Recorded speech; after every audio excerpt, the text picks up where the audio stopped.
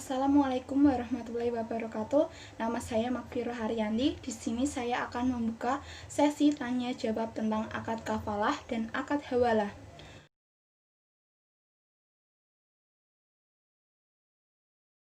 Di sini perannya masing-masing adalah bank, Pak Ahmad, tukang dan toko bangunan, pendirian rumah serta kompensasi yang telah ditetapkan. Bank di sini bertindak sebagai kafil. Lalu Pak Ahmad bertindak sebagai al-makful anhu dan tukang dan toko bangunan bertindak sebagai al-makful lahu. Pendirian rumah merupakan al-makful bihi dan kompensasi yang ditetapkan oleh bank kepada Pak Ahmad adalah ujroh atau upah atas kafalah yang telah dilakukan, mengingat bank adalah badan usaha yang memiliki karyawan untuk digaji. Relasi antara bank, Pak Ahmad, tukang dan toko bangunan boleh dilakukan dalam akad kafalah dengan syarat pihak kafil mengetahui pihak yang dijamin, yaitu Pak Ahmad, dan tujuan yang jelas dari penggunaan uang tersebut. Namun, yang sering menjadi perdebatan dalam kafalah ini terkait dengan ujrah atau upah yang diberikan oleh bank. Ada beberapa alasan yang mendasari perdebatan tersebut. Yang pertama, menurut pendapat ulama yang melarang bahwa jika yang ditanggung adalah berupa harta mal dalam kafalah al-mal, sementara syarat kompensasi juga berupa harta, maka pada dasarnya hal ini sama dengan akad al-khardu jara naf'an lil mukril, yaitu suatu akad utang piutang yang disertai adanya syarat manfaat bagi pihak yang memberi utang. Maka akad semacam ini sudah termasuk kategori akad ribawi sehingga ulama mengharamkannya. Pendapat kedua adalah dengan menjadikan kafil selaku wakil dari al-makful anhu.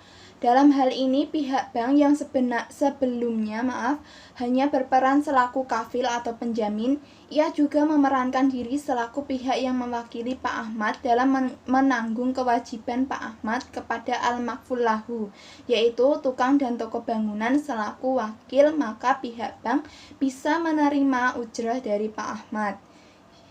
Cara lainnya adalah DSN MUI nomor 11 DSN MUI garing 4 garing 2000 yang menyebutkan bahwa kafalah bil ujroh, yaitu kafalah yang disertai dengan upah, hukumnya adalah boleh, dengan catatan bahwa upah yang ditetapkan tidak memberatkan salah satu pihak. Jika memberatkan, maka masuk kategori unsur riba yang zo'afah, sehingga hukumnya haram. Tentu saja ada konsekuensinya. Yang pertama, yang membayar tukang dan toko bangunan adalah bank. Yang kedua, Pak Ahmad harus memiliki sejumlah simpanan di bank. Yang ketiga, bank harus mengeluarkan surat pernyataan resmi yang diberitahukan kepada al-makful lahu atau tukang dan toko bangunan bahwa segala transaksi yang berkaitan dengan tanggungan Pak Ahmad kepada mereka adalah harus melalui bank. Namun ada kendala jika memakai akad kafalah itu. Antara tukang dan orang yang menyuruh umumnya adalah saling berinteraksi terkait dengan upah dan lain sebagainya. Masa tukang mau mengambil upahnya saja harus ke bank? Kan tidak bisa seperti itu. Itu akan memberatkan salah satu dari pihak tersebut. Pertanyaan selanjutnya ini menyangkut tentang hawalah, jadi bukan kafalah lagi ya. Yaitu jika terjadi pembiayaan bermasalah yang harus dilakukan oleh pihak muhil dan muhal alaih, yaitu mendatangi koperasi untuk memberikan keterangan bahwa angsuran yang menjadi tanggungan pihak muhil akan dilanjutkan angsuran pembiayaannya oleh pihak muhal alaih ketika secara sah dihiwalahkan dengan memenuhi syarat dan rukunnya. Perincian sisa pembiayaan muhil akan diberikan secara tertulis oleh pihak koperasi kepada pihak muhal alaih agar tidak terjadi kesalahpahaman. Nah, antara kesalahpahaman ini biasanya terjadi antara muhal alaih dan muhal.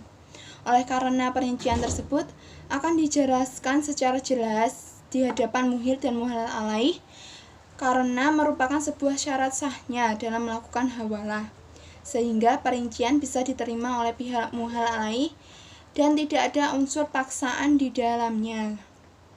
Kemudian ijab kabul pun bisa dilakukan oleh yang bersangkutan. Di sini bisa dilakukan oleh pihak koperasi dengan disertai surat persetujuan yang bermaterai. Pertanyaan selanjutnya ini tentang beban muhil setelah hiwalah. Nah, apabila hiwalah berjalan sah, dengan sendirinya tanggung jawab muhil akan gugur. Andai kata muhal alaih mengalami kebangkrutan atau membantah hawalah atau meninggal dunia, maka muhal tidak boleh kembali lagi kepada muhil.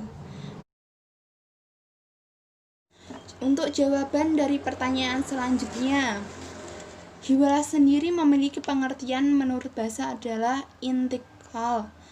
dan al-tahwil yang artinya memindahkan atau mengoperkan. Sedangkan arti hiwalah berdasarkan istilah ini menurut ulama Hanafiyah adalah memindahkan tagihan dari tanggung jawab yang berutang kepada orang lain yang punya tanggung jawab kewajibannya itu pula.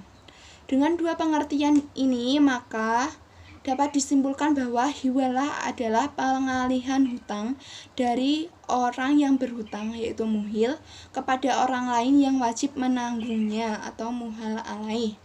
Jadi hiwalah ini tidak dapat diterapkan pada akad lain selain hutang atau akad yang berhubungan dengan keuangan. Hal ini juga pernah dikemukakan oleh ijma ulama bahwa hiwalah hanya dibolehkan pada utang yang tidak berbentuk barang atau benda, karena hawalah adalah perpindahan utang. Jadi tidak bisa diterapkan selain konsep hutang. Untuk pertanyaan selanjutnya ini juga masih mengenai tentang akad hawalah.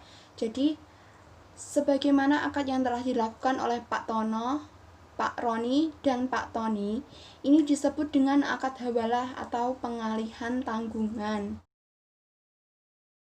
Untuk menjaga agar Pak Tony sebagai yang bertanggung jawab di sini agar tidak mangkir dari akad yang sudah dilakukan, maka dibutuhkan saksi atau syuhud dan bukti atau bayinah.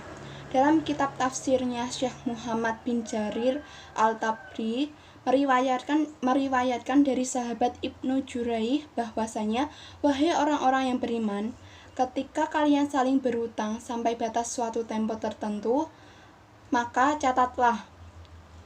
Berdasarkan bunyi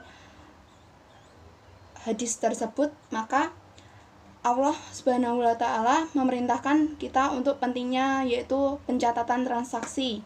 Catat transaksi ini dalam dunia ekonomi modern dikenal sebagai efek. Yang kedua, pentingnya mengambil saksi dalam jual beli. Dalam obligasi, maka akad hawalah ini bisa berupa lembaga resmi dan diakui oleh negara. Jadi perlu adanya pencatatan dan juga bukti saksi. Ini pertanyaan terakhir dari teman kita. Apakah akad ini bertentangan dengan syariat?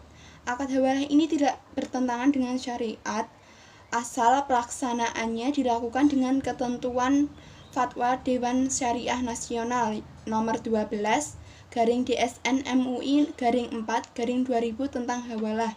Jadi akad ini tidak akan bertentangan dengan syariat asal dilakukan dengan sesuai syariat. Sekian sesi tanya jawab bersama saya. Wassalamualaikum warahmatullahi wabarakatuh. Terima kasih.